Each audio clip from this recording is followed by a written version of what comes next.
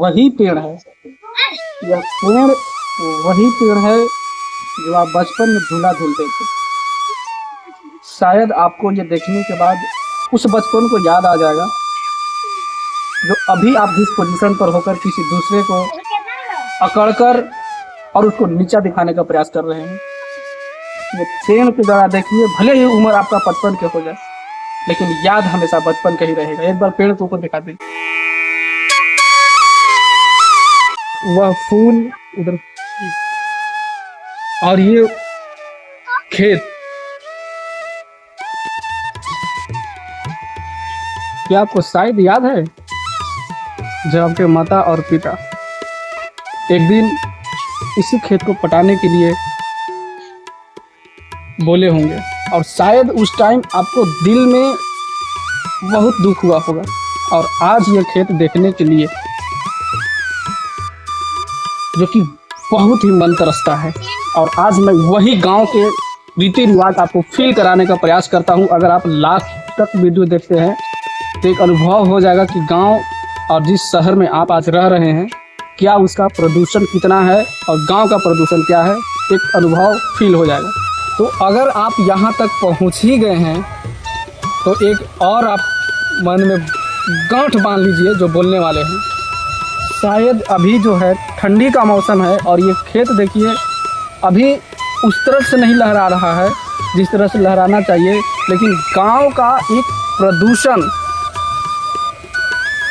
शहर की अपेक्षा बिल्कुल कम है। शहर में हम लोग घुट घुट का ज़िंदगी जीते हैं, एक ही रूम में करीब 10 से 15 लोग निभाते हैं। हम लोग उस रूम में कोई रात को ड्यूटी जाता है और कोई दिन के ड्यूटी जाता है। अगर रात वाले चले जाते हैं बंदे, इसके बाद ही दिन का सूतने का वहाँ पर जगह मिलता है। लेकिन यहाँ पर क्या है, कुछ भी नहीं है। गांव है, बड़ा सा दलान, खेत खरिहान, कुछ भी नहीं यहाँ पर टेंशन है मेरे भाई। आज भी गांव जो है शहर की तुलना में 100 नहीं 110% आगे है। ये पेड़ की जो डाली है ये वही डाली है जिस डाली पर आप चूम कर लटकते थे, और लेकिन आज इस डाली को चूमने और देखने के लिए आपको दिल में जरा सा भी उस तरह के अनुभव नहीं है। लेकिन हम आज इस वीडियो के माध्यम से आपको उस अनुभव को ताज़ा दिला कर रहेंगे।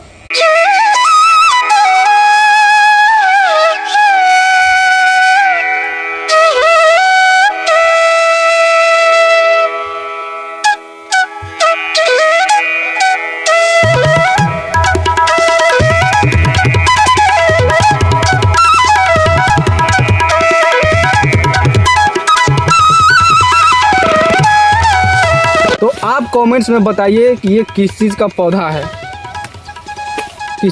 है, और शायद इसके पीछे एक देख रहे होंगे ताजमहल। जी, हमारे गांव में यही ताजमहल है। भले ही इसको हम कुटिया बोलते हैं, लेकिन राम हो, भरत हो, शत्रुघ्न हो या माता सीता हो, इसी कुटिया में एक जंगल में निवास किए थे। और इस कुटिया के अंदर हम देखते हैं कि इस कुटिया को बनाने में कितना मेहनत लगता है मेरे भाई। अगर आप यहाँ तक यदि बने हैं तो चलिए इस कुटिया के अंदर हम घुस कर देखते हैं कि किस तरह से इसको बनाया जाता है। एक महल मानिए, आइए अंदर। हम ये बारीकी से एकदम दिखाइए, ये बारीकी से आप देख रहे हैं।